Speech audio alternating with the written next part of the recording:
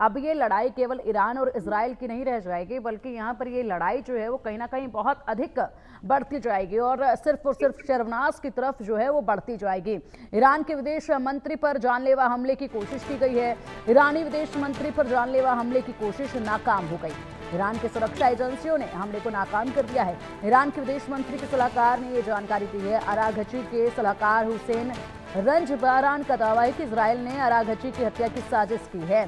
सुरक्षा उपायों से हत्या की साजिश नाकाम हो गई है। सुरक्षा पुख्ता थी, इसलिए ये साजिश जो है वो नाकाम हो गई है। ईरान के विदेश मंत्री पर अटैक करने की कोशिश की गई, जो कि विफल रहा है। अजय, देखिए, बिल्कुल इस चीज का दावा किया गया है ईरान की तरफ से कि उनके जो विदेश मंत्री है उन पर हमला करने का एक प्रयास किया गया है, जिसे उनके सुरक्षा बलों ने जो है विफल कर दिया है। तो युद्ध है, युद्ध में हमले लगातार चलेंगे और युद्ध खत्म तब होगा जब ये लोग टेबल पे आएंगे, बातचीत करेंगे, या फिर दोनों ही तरफ के जो मुखिया हैं उनको कोई नुकसान होगा। तो इसीलिए देखें तो इजराइल की तरफ से शुरू से पहले दिन से जो है वो हाई प्रोफाइल टारगेट्स को अचीव करने का सिलसिला जारी है, चाहे वो उनके सेना प्रमुख हों, चाहे उनके जो परमाणु प्रोग्राम है उसके जो हेड हों, उनके डिप्टी डायरेक्टर हेड हों, या तमाम जो लोग हैं उनको टारगेट किया जा रहा है। तो अब ईरान के विदेश मंत्री को टारगेट करने का प्रयास किया गया है।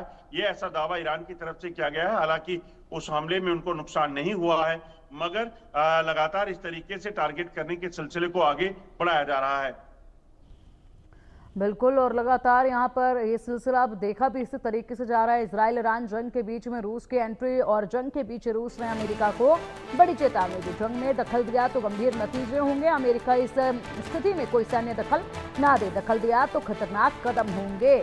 और इसी के साथ रूस ने अब गुरुवार को अमेरिका को चेतावनी देते हुए कहा कि वह ईरान के खिलाफ कोई सैन्य कार्रवाई ना करें, क्योंकि अटकलें लगाई जा रही हैं कि अमेरिका इजराइल के साथ युद्ध में शामिल हो सकता है। रूसी विदेश मंत्रालय के प्रवक्ता मारिया जखारोवा ने कहा है कि हम खास तौर पर वॉशिंगटन को चेतावनी देना चाहते हैं कि वह इस स्थिति में कोई सैन्य दखल ना दे। अजय, लगातार यहाँ पर जो कयास लगाए जा रहे हैं वो तेजी से बढ़ भी रहे हैं। अभी आप थोड़ी देर पहले बता भी रहे थे कि यहाँ पर अमेरिका की एंट्री हो सकती है, डोनाल्ड ट्रंप इसमें एंट्री मार सकते हैं, क्योंकि वो जिस तरीके से बहुत ज्यादा एक्टिव हैं दोनों की लड़ाई को लेकर, जो प्रतिक्रियाएं उनकी तरफ से दी जा रही हैं वो यही इशारा कर रही हैं। उसके बाद अब रूस जो है वो लगातार चेतावनी दे रहा है। रूस ने भी यही अंदाजा लगाया कि हाँ, अब अमेरिका की भी एंट्री इस युद्ध के बीच में हो ही जाएगी, क्योंकि वार्ता तो अब होने से रही परमाणु को लेकर, इसलिए इस एंट्री को जो है वो पक्का ही माना जाए। क्या नजर आ रहा है कि वाकई में ऐसा हो सकता है तो कब तक हो सकता है? रूस फिर क्या करेगा?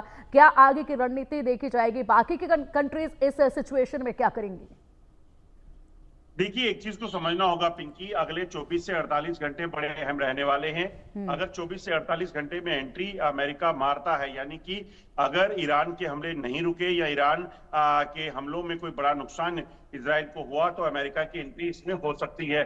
सबसे बड़ी बात है कि अमेरिका भी चाहता है कि सबसे पहले ईरान में वो ठिकाने जहां पर न्यूक्लियर रिएक्टर सेंटर बनाए गए थे, जहां पर न्यूक्लियर के लिए यूरेनियम को जो है वो रखा गया था, उन ठिकानों को ध्वस्त करना बेहद जरूरी है, ताकि ईरान की जो न्यूक्लियर पावर बनने की जो कोशिश है उसको पूरे तरीके से पहले खत्म किया जा सके। दूसरी एक चीज इसमें यह है कि अगर अमेरिका की एंट्री होती है तो फिर क्या रूस और चीन भी जो है वो इनके साथ मिलेगा, वो सीधे तौर पर इस जंग में शामिल होगा, ये देखना होगा।